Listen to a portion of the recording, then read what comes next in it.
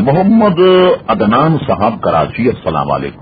اہل سنت .net پر یاد فرمانے کا شکریہ۔ آئندہ جب آپ کوئی سوال کریں تو کم سے کم آیت نمبر وغیرہ ضرور لکھ دیا کریں تاکہ اس کے سیاق و سباق کو سمجھنے میں آسانی۔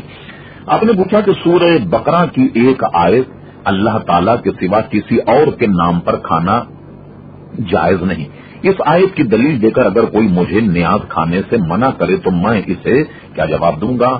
اصل میں اس آیت کا مفہوم یہ ہے کہ وما احل بہ لغیر اللہ، یعنی وہ جانور جو اللہ تبارک و تعالیٰ کے علاوہ کسی اور کے نام پر ذبح کیے جائیں تو ان جانوروں کا کھانا جائز نہیں۔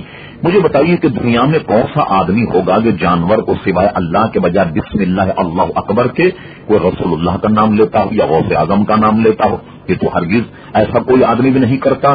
اچھا، اب رہا یہ کہ عرف میں کسی کو غیر اللہ کی طرف منسوخ کرنے سے اگر کوئی چیز حرام ہو جائے تو دنیا میں کوئی چیز جائز بچے گی؟ مثال کے طور پر آپ قربانی کا بکرا لیجیے، کوئی آپ سے پوچھے قربانی کا بکرا کس کا ہے تو آپ نے کہا میرا ہے، یہ تو غیر اللہ کے نام تو ہو گیا۔ یہ گائے قربانی کی کس کی ہے؟ انہوں نے کہا یہ میری اماں کی ہے، یہ میرے ابا کی، یہ بھائی کیا ساری چیزیں جو ہیں وہ سب حرام ہو جائیں گی؟ کھانے پینے کی چیزوں پر عبد الحنان کا حلوہ، کیا حلوہ حرام ہو جائے گا؟ کیا ہو جائے گا؟ احمد کی مٹھائی، فلاں شیریں محل کے گلاب جامن، کیا ساری چیزیں حرام ہو جائیں گی؟ دیکھیں آپ، باسمتی چاول بڑے اشرفی آٹا، فلاں کمپنی کے باسمتی چاول، تو کیا ان سب پر غیر اللہ کا نام پکارنے سے یہ سب کا سب حرام ہو جائے گا؟ کسی نے آپ کو غلط جھانسا دیا ہے، لہذا اب ایسے ہوشیار چالاک لوگوں سے بچیے، ورنہ تو دنیا میں کون سی چیز ایسی جو کسی نہ کسی نام سے منسوخ نہ کی جاتی؟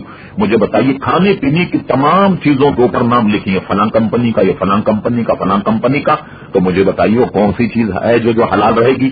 پھر آپ دیکھیے کسی ڈبے پر یہ دکھائی کہ یہ صرف اللہ تعالیٰ کے لیے ہے، کہیں دکھا سکیں گے آپ؟ لہذا وہی چیز جائز ہوگی جو کسی نے آپ کو جھانسا دیا ہے آپ کو پریشان کرنے کے لیے۔ یہ وہابی اور دیوبندیوں سے آپ ہوشیار رہیے، اس قسم کی گفتگو کرنے میں وہ لوگوں کو ورغلاتے ہیں، اس سے بچنا چاہیے۔